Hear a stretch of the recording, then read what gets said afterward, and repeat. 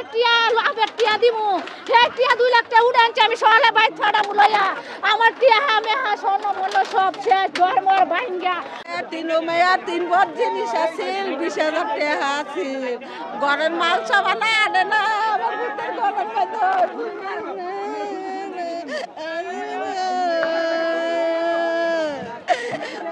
100 টাকা আরি বাতিল আছে। আমরা এ বাসা ছিলাম না, আমি গেছিলাম আমার নন্দের মায়া মারা গেছে তো গেছিলাম মায়ের সেটা দেখি।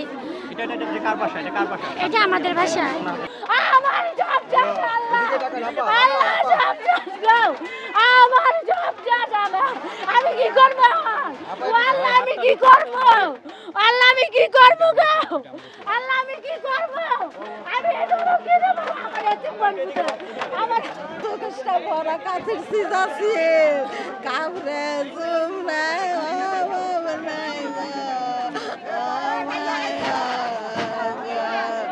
বাজানো ফুটের বিদেশে লাইন দিছিলাম টেহা মার খাইছি 5 লাখ টাকা রেন্ট আসলাম এই রেন্ট দিয়ে আরো বিয়া দেই না দিয়ে এই রেন্ট দিতেছি ওই যে একটা জি আরেকটা ক ওই যে একটা জি আরেকটা ক তিন জিয়ারা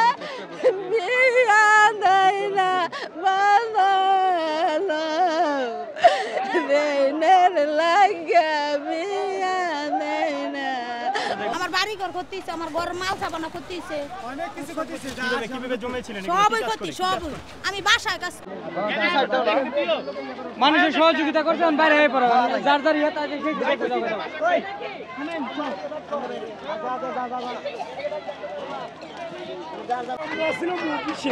আমরা ছিলাম অফিসে আমার বাইরে ফোন দিছে যে আগুন লাগছে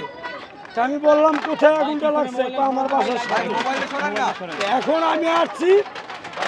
আসার পরে দেখলাম যে আগুন লাগছে কিন্তু আগুন যে লাগছে কিন্তু আমাদের মনে করেন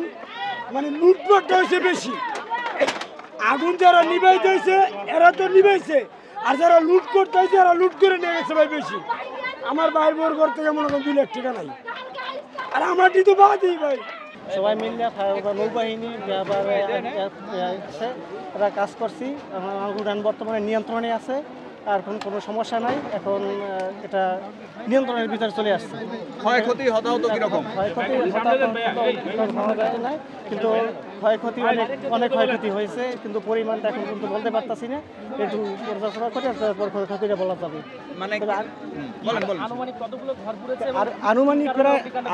আনুমানিক প্রায় 200-র উপরে ঘর পুড়েছে 200 উপরে হবে আনুমানিক কারণটা কি কারণটা এখন এটা একটু করে এটা দেখা গেছে পর্যালোচনা করে দেখা লাগবে কি আছে তবে আনুমানিক একটা ধারণা আছে শর্ট সার্কিট হওয়ার সম্ভাবনা আছে